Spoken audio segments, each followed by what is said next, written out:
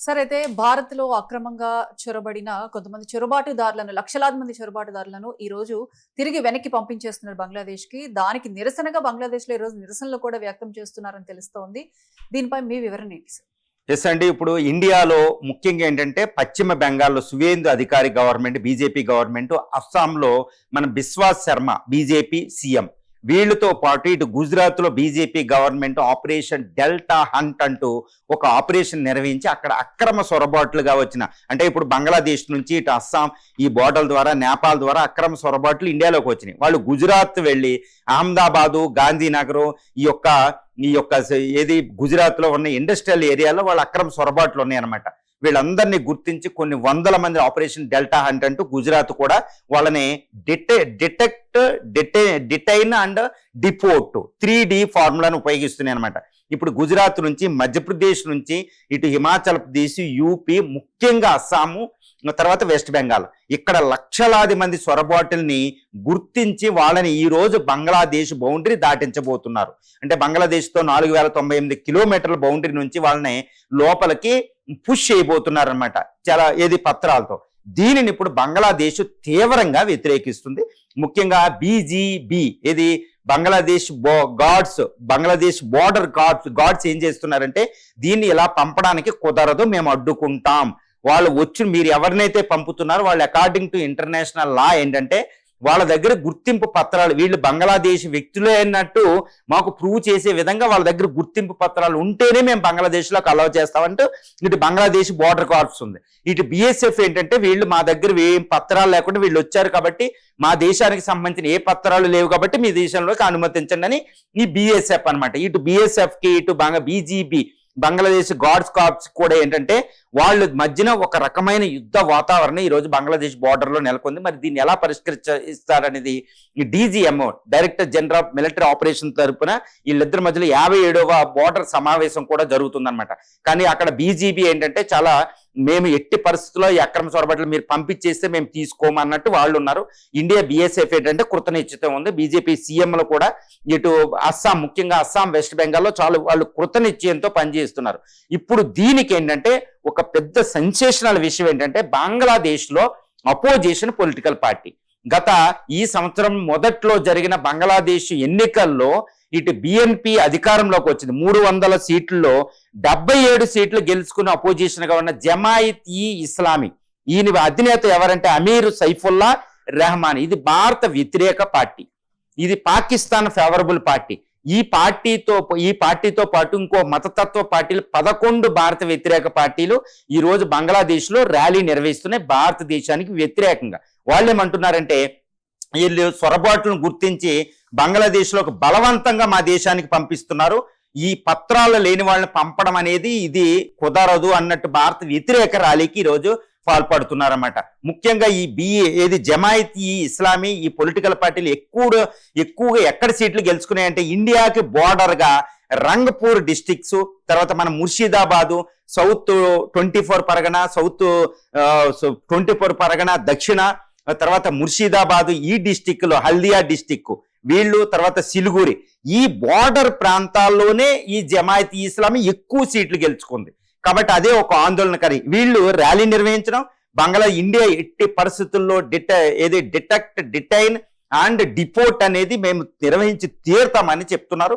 ఇప్పటికే అమిత్ షా ఏంటంటే కేంద్ర హోం మంత్రిత్వ శాఖ యాక్చువల్గా ఈ సొరబాట్లు ఈ అంశాలన్నీ హోం మంత్రిత్వ శాఖలోకి వస్తాయి అనమాట. సిటిజన్షిప్ అమెండ్మెంట్ యాక్ట్ ప్రకారం ఇది కూడా అమిత్ షా గారు కూడా వీళ్ళకి సపోర్ట్ చేయడం, బోర్డర్ నుంచి 15 కిలోమీటర్ల లోపు ఉన్న అక్రమ కట్టడాలన్నిటినీ కూల్చేయని ఆయన ఆదేశాలు ఇవ్వడం కూడా జరిగిందనమాట. అంటే ఏంటి, ఎట్టి పరిస్థితులు అక్రమ సొరబాట్లు గుర్తించడం, పంపడం. ఇప్పుడు బంగ్లాదేశ్ వ్యతిరేకిస్తుంది. మరి పరిస్థితి అక్కడ ఎలా ఉందంటే ఒక రకమైన యుద్ధ వాతావరణం బిఎస్ఎఫ్ మధ్యన ఈ మధ్యలో ఏంటంటే ఈ ఫెన్సింగ్ యాక్టివిటీస్ కూడా కొనసాగుతున్నాయి. అంటే ఎట్టి పరిస్థితుల్లో సొరబాట్లు మేము అడ్డుకుంటాం అన్నట్టు చెప్పడం. కేంద్ర హోంమంత్రిత్వ శాఖ ఇప్పుడు డెమోగ్రాఫిక్ స్టడీ కమిటీ కూడా ఒకటి వేసింది. వచ్చే ఎలక్షన్ అది పెద్ద విషయం అవబోతుంది. మరి ఇలాంటి పరిస్థితుల్లో ఇప్పుడు బంగ్లాదేశ్ ఇండియాల మధ్య సంబంధాలు చెడిపోతాయి అంటే ఈ జమాయిత్-ఈ-ఇస్లామీ అమీర్ సైఫుల్లా రెహమాన్ ఆధ్వర్యంలో ఈ ర్యాలీ అంటే ఇటు బంగ్లాదేశ్ ప్రైమ్ మినిస్టర్ రెహమాన్ ఈ మీద కూడా అక్కడ ఒత్తిడి వచ్చే అవకాశం ఉంది. కాబట్టి ఆయన ఇండియాతో ఒప్పందం కాకుండా చైనాతో ఆయన మొదటి పర్యటనకి వెళ్తున్నారని తెలుస్తుంది. ఇప్పుడు బంగ్లాదేశ్ ఇండియాలో ఏంటంటే గంగా వాటర్ ట్రీటీ మీద సంతకం చేయాల్సి ఉంది. కాబట్టి ఇటు బంగ్లాదేశ్ ప్రధాని ఏంటంటే చాలా పేషెన్స్ గా వ్యవహరిస్తున్నారు. ఎందుకంటే ఇండియా కంపల్సరీ ఇండియాతో ఆయన గంగా వాటర్ ట్రీటీ అనేది చేసుకోవాలి. ఈ నీటి జల ఒప్పందం డిసెంబర్ లోపు పూర్తయిపోతుంది. అది ఈ డిసెంబర్ లోపు ఆయన ఒప్పందం కుదుర్చుకోవాలి. కాబట్టి బంగ్లాదేశ్ ప్రధాని ఇప్పుడు బిఎన్పి అధినేత ఇండియాతో చాలా జాగ్రత్తగా వ్యవహరిస్తున్నారు. ప్రస్తుతం ఇది బంగ్లాదేశ్ ఇండియాల మధ్య సంబంధాల మీద అత్యంత ప్రభావం చూపే అంశం కాదు, కాకపోతే ఇది అత్యంత ప్రధానమైన విషయం. దీనికి అప్పుడు పాకిస్తాన్ చైనాలు అంటే గుంట నక్కల్లా కాసుకున్నాయి. మళ్ళీ బంగ్లాదేశ్ని తమ వైపు తిప్పుకోవడానికి అవి రెడీగా ఉన్నాయి. కాబట్టి ఇండియా ముఖ్యంగా ఈ అస్సాం తర్వాత వెస్ట్ బెంగాల్ చీఫ్ మినిస్టర్లు ఏంటంటే చాలా జాగ్రత్తగా సెన్సిటివ్ గా ఈ విషయాన్ని డీల్ చేయాలి, చాలా జాగ్రత్తగా ఉండాలి. లేదా బంగ్లాదేశ్ మళ్ళీ పాక్ చైనాల వైపు ఇప్పుడు మహమ్మద్ యూనస్ టైంలో వెళ్ళిపోతే మాత్రం మనకు విపత్కర పరిస్థితి వస్తుంది. ఎందుకు ఈ మాట చెప్తున్నానంటే చాలా విశ్లేషణలో చాలా తప్పులు ఉంటాయి. ఏంటంటే చాలా చాలా తప్పులు ఉంటాయి. ముఖ్యంగా బంగ్లాదేశ్ పాకిస్తాన్ చైనాలు వెళ్ళిపోతే మాత్రం మనకి ఇటు బంగ్లా చైనాల కంటే ఎక్కువ ప్రమాదం.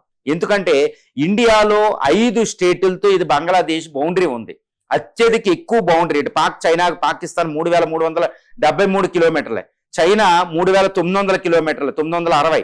బట్ బంగ్లాదేశ్ బార్డర్ అనేది అత్యధిక లాంగెస్ట్ ల్యాండ్ బౌండరీ మనకి, పైగా sensitive under developed state, north east sensitive area. అక్కడ బంగ్లాదేశ్ మనకి ఇటు పాక్ చైనాలు తీసుకొచ్చి అక్కడ కూర్చోబెడితే మనకి చాలా పెద్ద ప్రమాదం అండి. ఈ సిల్గురి కారిడార్ ఇవన్నీ చాలా డేంజరస్ అనమాట. కాబట్టి బంగ్లాదేశ్ ని చైనా పాకిస్తాన్ వైపులు వెళ్ళనివ్వకూడదు, దాన్ని తటస్థంగా అట్టే పెట్టి దాంతో మనం సంబంధాలు మంచిగా ఉంచుకోవడమే మనకు ఉత్తమం. కాబట్టి పాక్ చైనాలకు వెళ్ళిపోయిన తర్వాత మనం ఎంత కష్టపడ్డాం, ఆ నీరు మోడీ ఎంత దౌత్య నీతిని ఉపయోగించవలసి వచ్చింది బిఎన్పిని అధికారంలో తీర్చుకోవడానికి. కాబట్టి ఇవన్నీ దృష్టిలో పెట్టుకుని బంగ్లాదేశ్ పాక్ చైనాల వైపు వెళ్ళనివ్వకూడదు. ముఖ్యంగా ఈ porous boundary 54 రివర్లు trans boundary boundary, ప్రపంచంలో ఉన్న 250 రివర్లో 54 ట్రాన్స్ బౌండరీ రివర్స్ ఇక్కడే ఉన్నాయి. కాబట్టి ఆ బౌండరీని విడదీయడం, చొరబాట్లు అడ్డుకోవడం అంత ఈజీ కానే కాదు. ఆ బౌండరీని అర్థమైతే ఆ జోగ్రఫీని Ganga Brahmaputra world's largest delta region, అక్కడ ఎవరు విడదీయగలుగుతారండి? ఇటు బెంగాలీ కల్చర్ ఉంది, అక్కడ ఇస్లాము ఇటు హిందూ పాపులేషన్ అనే కల్చర్ కంటే ఇస్లాం హిందూకి అక్కడ వాల్యూ ఉండదు, బెంగాలీ కల్చర్కి ఎక్కువ ఉంటుంది. అందుకని జిన్నాని పక్కన పెట్టి 1971లో బెంగాలీ లాంగ్వేజ్ బేస్ మీద బంగ్లాదేశ్ పాకిస్తాన్ నుంచి విడిపోయింది. ఎందుకంటే నేను ఎక్కువ ఎగ్జాంపుల్ చెప్పలేను. అక్కడ బంగ్లాదేశ్లో బెంగాలీ ఒక జాతీయ గీతాన్ని రాసింది రవీంద్రనాథ్ ఠాగూర్. కాబట్టి ఎక్కువ అంత సిగ్నిఫికెన్స్ ఉంటుంది బెంగాల్కి, ఏది బెంగాలీ లాంగ్వేజ్కి. దాన్ని విడదీస్తూ ఇప్పుడు మనం ఎంత బౌండరీ గీసినా సొరబాట్లు వస్తూనే ఉంటాయి, ఇవన్నీ జరుగుతూనే ఉంటాయి. అక్కడ వ్యవసాయ భూములు అటు ఉంటాయి ఇటు ఉంటాయి అనమాట. అది అండర్స్టాండింగ్ అయిన వాళ్ళకే ఇది అర్థమవుతుంది. కాబట్టి కేవలం హిందుత్వ జిన్నాలేగా ఇటు Hindu Muslim community point of వ్యూలో అక్కడ ప్రజల మధ్య సంబంధాలు ఉండవు, బెంగాలీ కల్చర్ మధ్యలో సంబంధాలు ఉంటాయి. కాబట్టి ట్రైబల్ కమ్యూనిటీస్ ఉంటాయి, వాళ్ళని విడదీయడం ఎవరి తరం కాదు. అక్కడ నార్త్ ఈస్ట్ లో ట్రైబల్ కమ్యూనిటీలు వాళ్ళే ఒక దేశం కింద భావించుకుంటారు. వాళ్ళకి బౌండరీస్, ఈ దేశం బౌండరీ వీళ్ళు కూడా పట్టించుకోరు. కొన్ని వందల ట్రైబల్ గ్రూప్స్ ఉన్నాయి. అందుకనే చాలా highly sensitive, hyper sensitive area అనమాట, చాలా సున్నితమైన విషయం. కాబట్టి బంగ్లాదేశ్ తో మంచి సంబంధాలు ఉండేలాగా చాలా జాగ్రత్తగా డీల్ చేస్తూనే అక్రమ సొరబాటులు పంపించి మనం నిరోధించాలి. కానీ బంగ్లాదేశ్ ఇండియాల మధ్య సంబంధాలు పోగొట్టేసుకుని తర్వాత పాకిస్తాన్ చైనాలకు అక్కడ వచ్చేటట్టు చేయడం, ఈ తారిక్ రెహమాన్ మీద ప్రజలు వచ్చేటట్టు మనం చాలా జాగ్రత్తగా ఈ విషయాన్ని డీల్ చేసే విధంగా సెంట్రల్ గవర్నమెంట్ ఈ విషయాన్ని డీల్ చేయాలి.